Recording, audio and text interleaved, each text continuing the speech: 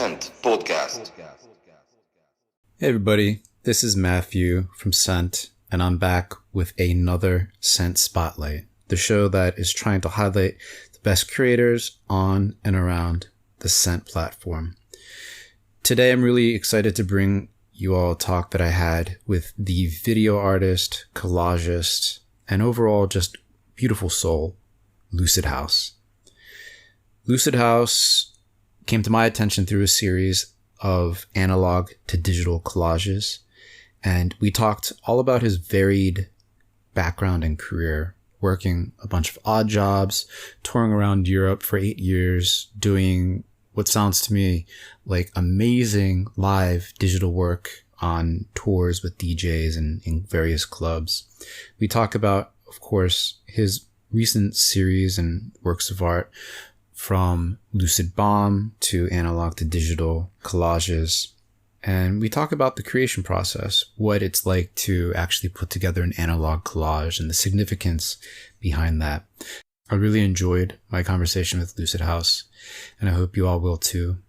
So without further ado, please enjoy that conversation with Lucidhouse. Okay, we're live. This is Matthew, and I'm back with another Scent Spotlight on the You Deserve a Drink podcast. This week, my guest is someone I've been looking forward to talking to since I first saw their work on Scent a few weeks ago. They describe themselves as a multidisciplinary artist, and the work that really caught my eye first was part of the series From Analogue to Digital Collages. I'm sure you've seen their work, their use of bold colors. They have some of the cleanest collage work I've personally ever seen. And I think they also have the wisest use of the color white I've seen in their work to date as well. It's really impressive. But I'm very, very excited to speak with the artist known as Lucidhouse. So welcome to the Scent Spotlight. Thank you, Matthew. Thanks for inviting me. Well, to get started, I think it would be cool to give our audience a brief introduction about who you are as an artist, and feel free to go into any amount of detail that you would like, but getting started there would be great. Okay, so I was born in Ethiopia, and most of my life, my youth was spent in Africa, and I'm from Italian origin, and then we moved to South Africa, and I think in my 30s, we moved to the UK, me and my family. And artistically, I sort of I was around before computers were around. So it's, in a way, it's an advantage because I kind of see both sides. I sort of straddle both sides of those worlds. And I did quite an old school approach to art. I was an apprentice. I then did odd jobs, as most artists can relate to. Worked a lot in advertising and B-movies in South Africa. Did traditional animation. Formed 2 galleries with peers of mine. So loads of stuff, loads of dabbling in all kinds of mediums. In the UK, I worked as an art director for a games company. Then I had my own little company doing mainly corporate stuff, which I got really bored of. And yeah, it's sort of, at the end of the day, you're just designing boxes for people. Yeah, you're just designing something that they want to sell. And, you can deliberate over the shape of a button for hours and all that. So I got really bored of that and fed up. And my kids were older, and I could just start focusing on my art again. And that's where I formed Lucidhouse. And the name itself relates quite closely to the whole electronic music dance scene. And I did a lot of visuals for clubs and festivals alongside DJs and producers. So I was doing live reactive visuals, reacting to where the music was going and anticipating what was going to happen and bringing in a whole lot of loops and mixing them live. And that was great fun. I mean, I really had a good time, and it was just a great way to blow people away. Just, people that were ready to be blown away in club environments and festivals. I did that for about 8 years, traveled a lot of Europe, did a lot of UK festivals and clubs. And then I, got fed up. I mean, it's just like, it's tough. You're working late. There's a lot of drugs circulating. Not that I was involved in that, but people that were, they think differently. It's an irritant, so to speak. So anyway, I left that, and I did my time there. It was a great time, and started to focus on some of the works you've seen and mentioned, which were the analog collages. And the reason is I wanted to move away from computers and just start touching things again and using scissors and pieces of paper. And the beauty of doing analog collage is that there's no real, you can't scale anything. You can't flip it, you can't colorize it. You got to go with what is presented to you. If the hat fits, wear it, so to speak. So, and I love that part of it where things kind of just happen, and there's a magical element to it. There's a fateful element involved, which is something I like about it. And we're so used to having the undo button now. And so that's the part you mentioned. And now I'm developing an artwork which is called Loopbomb. I've posted a few things on Scent on that. And really what it is, it's an art piece where I've just gathered a whole lot of elements, isolated elements, as you would in a collage. This is digital Loopbomb. I gather a whole lot of elements from retro magazines, from wherever, from the web. And I do stuff to them. I'm not content just having something straight as is. Sometimes I do, but I get more pleasure moving them on into something totally new. And what Loopbomb does is it's like a shuffling machine, a shuffling engine. And all credit goes to Mike Cohen, who's doing the coding for all that. Ah, okay. Yeah. And it's a shuffling engine, so it sort of sucks in a whole lot of elements randomly from the server, shuffles them around, and then as a view player, you snap scenes that you see that suit your aesthetic sense, or there's a certain balance. And that's how it works. So it's an artwork that's being let out into the wild kind of thing. Wow. And you kind of covered everything all in one go. So there's a few threads. There's a few threads, though, I would like to kind of pull on. I think they could be pretty interesting. The first one is going back a little bit to when you talked about working as an art director at a game company, and kind of moved on quickly from there as you're elaborating on the rest of your creative journey. But I'm curious, what sort of game company was that? And then if you could talk about what it means to be an art director at that sort of game company. I think that could be interesting. Sure. They were more of a bureau. So game company might be a misnomer. They did dabble in some games, but they were a bureau that they did testing, localization, and we developed sites and promos, microsites for games. So it probably sounds a bit grand calling it a game company, although they did develop some games which were failures. So it was more a bureau, and I designed promotional material for games that were going to be released. So we had a few clients.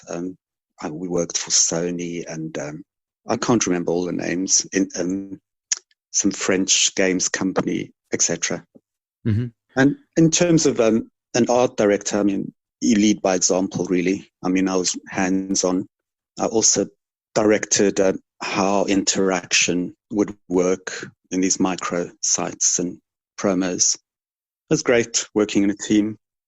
Yeah, that definitely sounds interesting. And the clients that you're working with definitely sound like they're the serious gamer type. So that's awesome.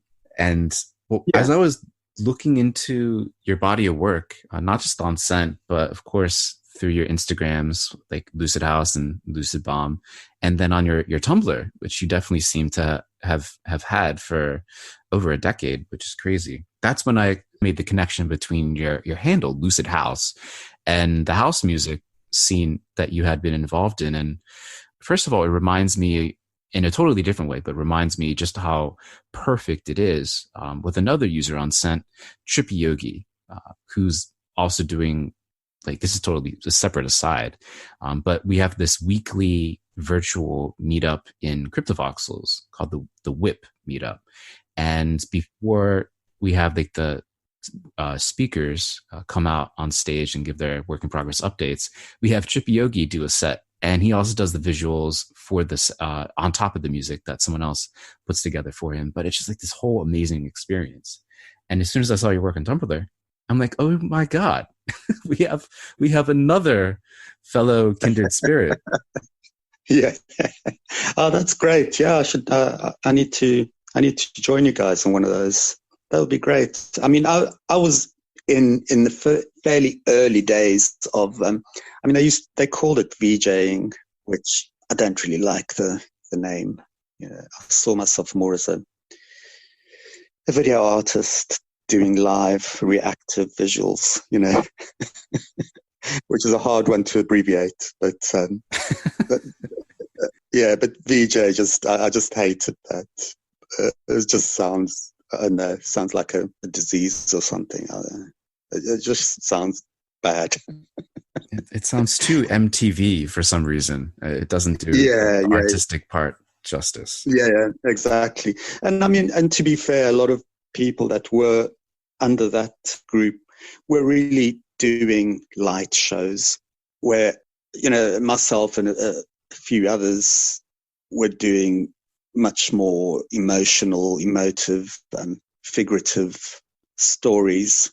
I mean, that's where I got my kicks there, is to anticipate what the DJ was doing and hearing that break coming in, and he might go into a sort of a darker, grittier tune. And I loved that, you know, just gathering all those visuals beforehand or as things are going and moving into the next mood. It was great. It was great.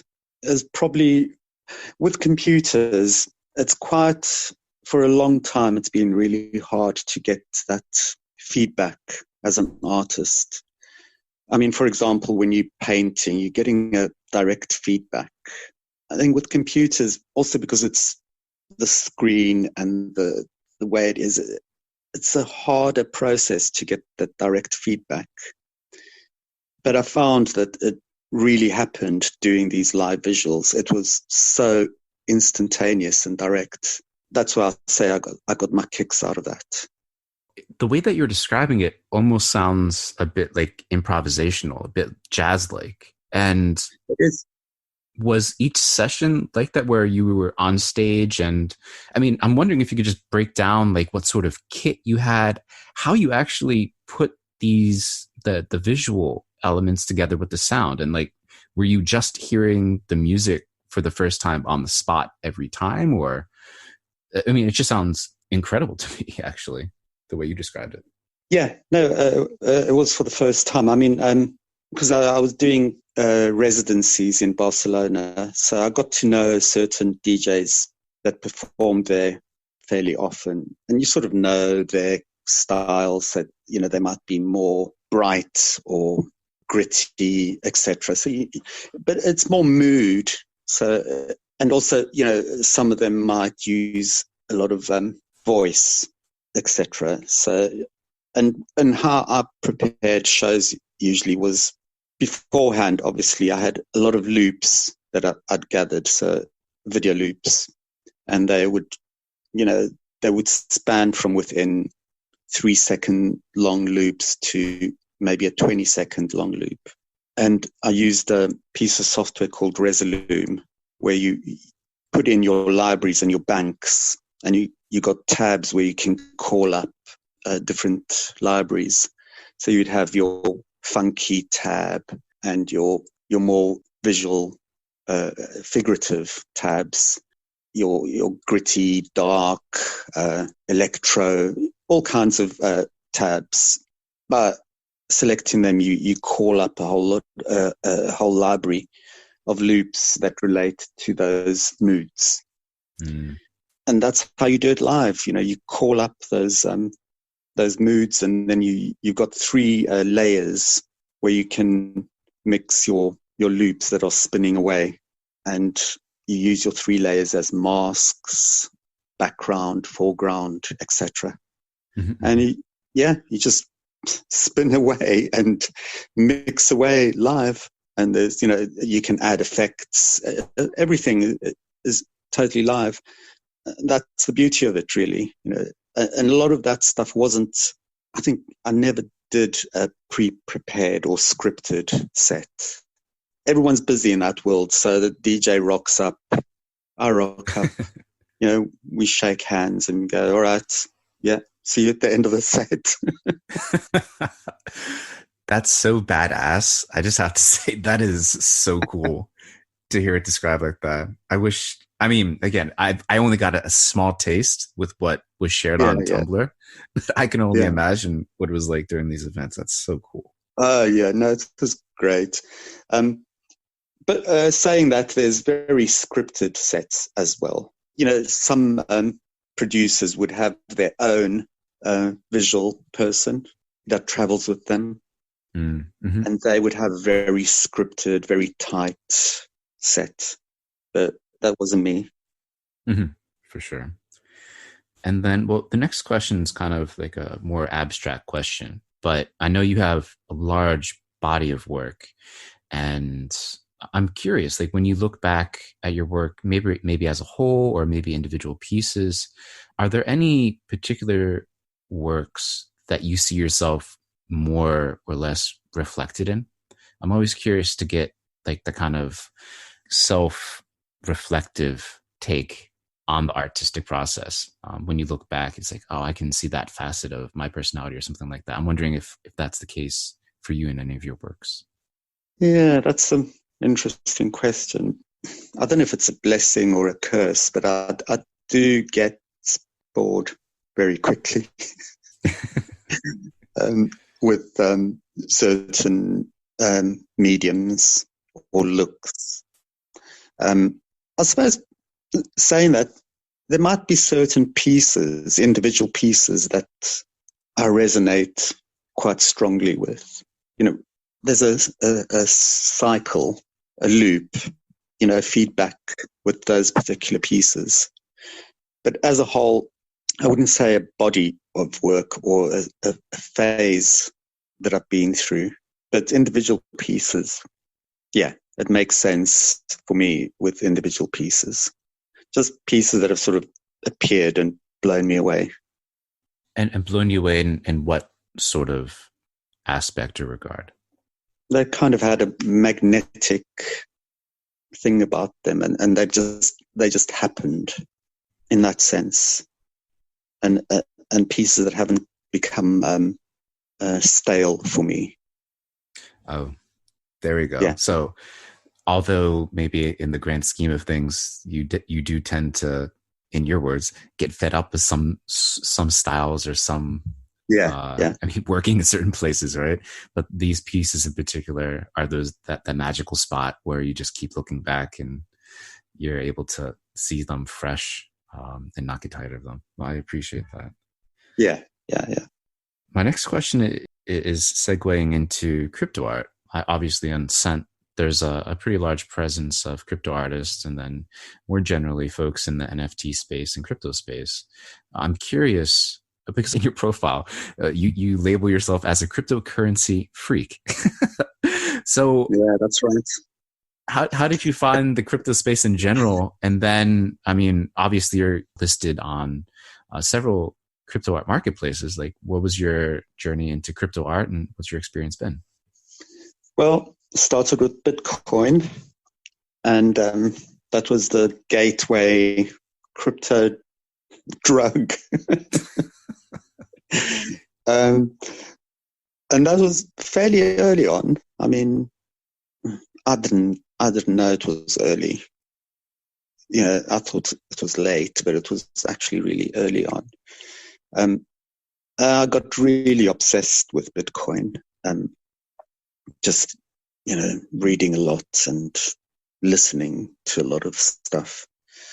And I've made some artworks. I don't know if you've seen Bitcoin Black Swan. That's on my Lucidhouse profile. That was a pretty early artwork. It's sort of graffiti, anarchic related. So it's like spray, graffiti, Banksy-ish. And I did that pretty early. When was it? 2013, maybe? Yeah, 2013, I think. I released that artwork. And obviously, so after that, the whole, the NFT space started. I was aware of it for a while, but never really looked deeper into it. But only recently with this Loopbomb project of mine have I been more involved and learning about the NFT space. That's the path, really. So I definitely have seen your work for Loopbomb. And when I first came across the Loopbomb Instagram profile, at least, and then I looked at all the work there, I could see aspects that are coming from your pieces, literally pieces, coming from your analog to digital works. And it almost seems like the latter is like a refinement of the bomb that is exploded in the Lucidbomb work that you're sharing. That was my initial take, but it definitely sounds like they're two different separate projects. They are separate projects. I mean, it's a hard one for me to communicate clearly. I think the easiest way is to say that Loopbomb is an art piece.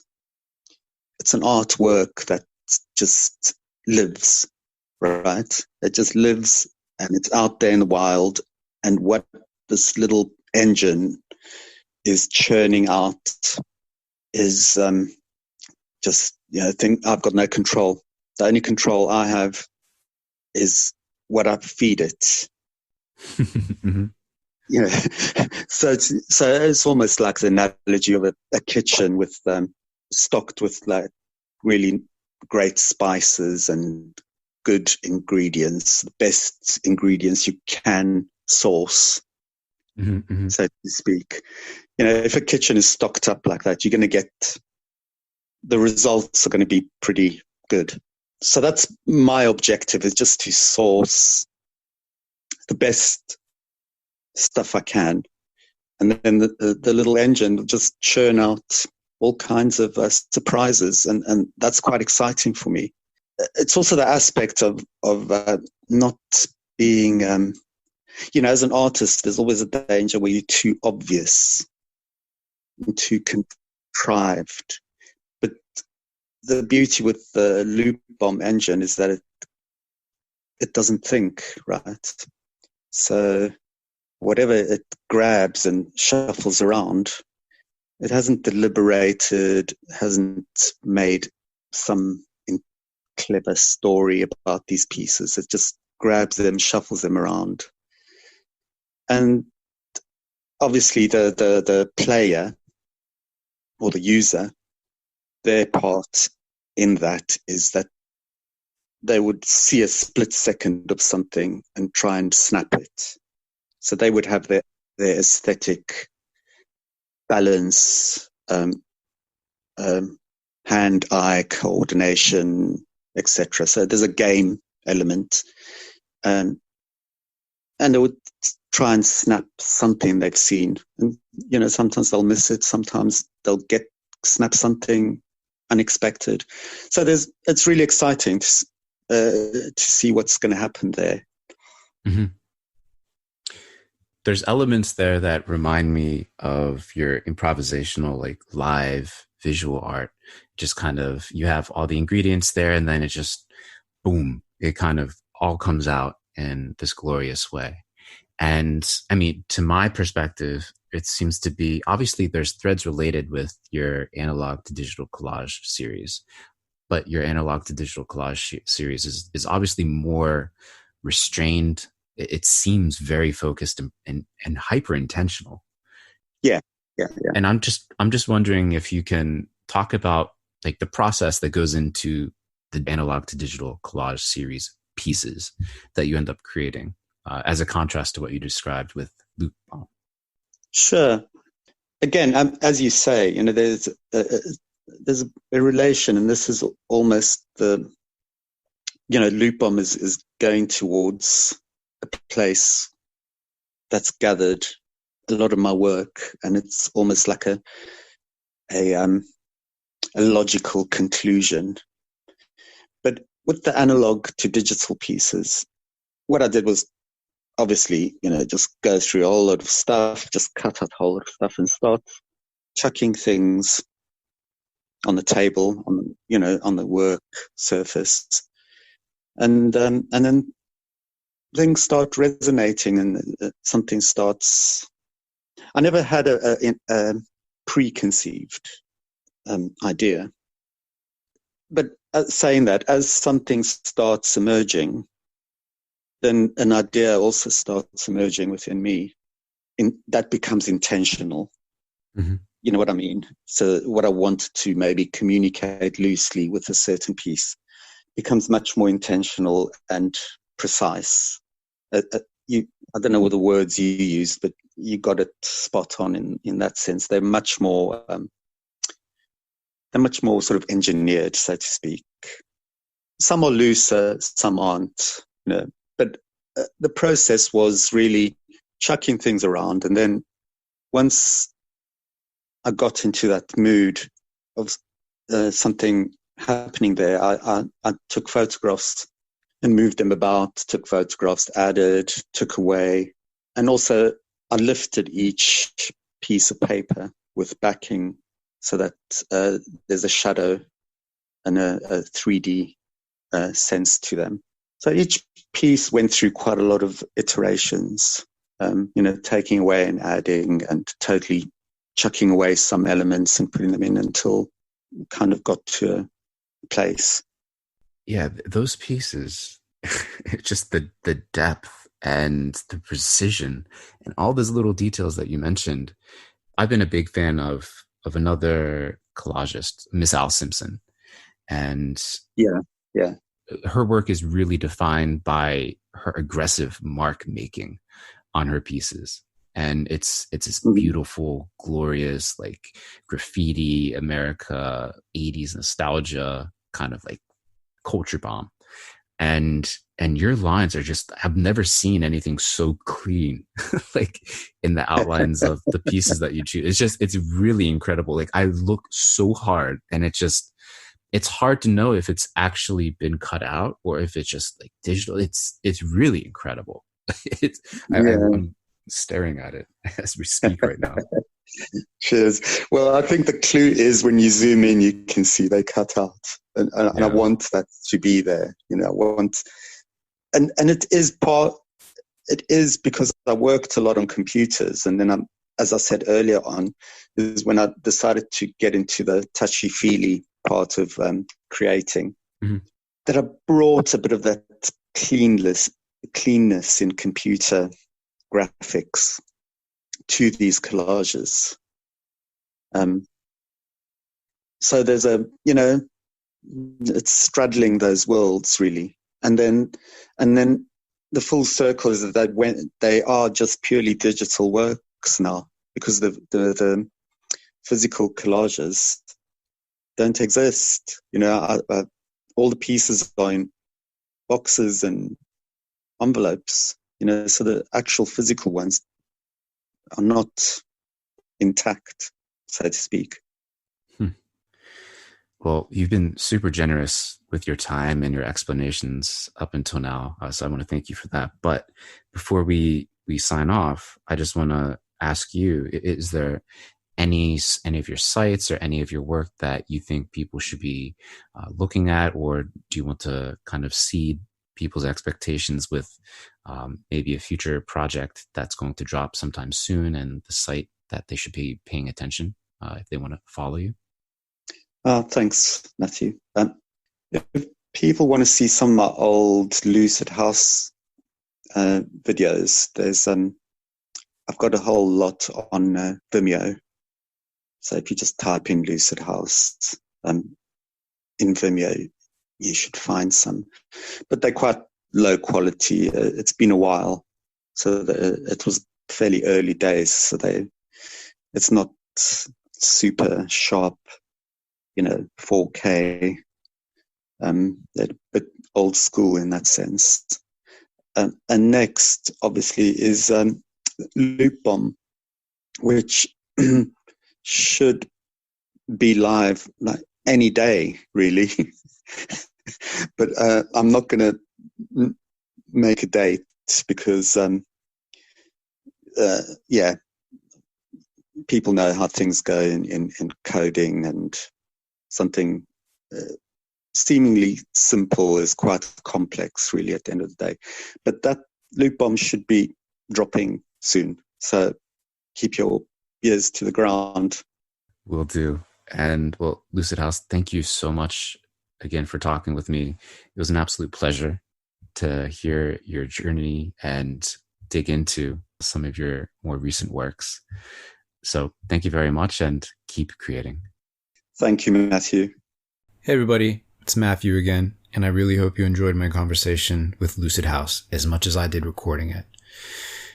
Next week, I'm excited to bring you a conversation that I had with the Claude master himself, Fabiano Speziati. It's a really cool conversation. I know everyone's like it. So if you aren't already, make sure you are subscribing to the You Deserve a Drink podcast, wherever you listen to podcasts, and recommend this episode if you think anyone that you know would like this sort of interview with an amazing creator. With that, hope everyone has a great week. Make sure you come out to the Whip this Thursday in Cryptovoxels. We'll be at the Token Smart Amphitheater. And take it easy until then. Santon.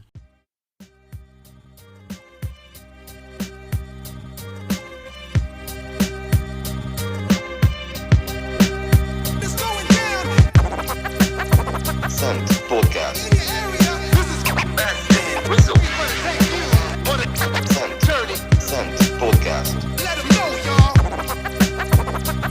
Podcast.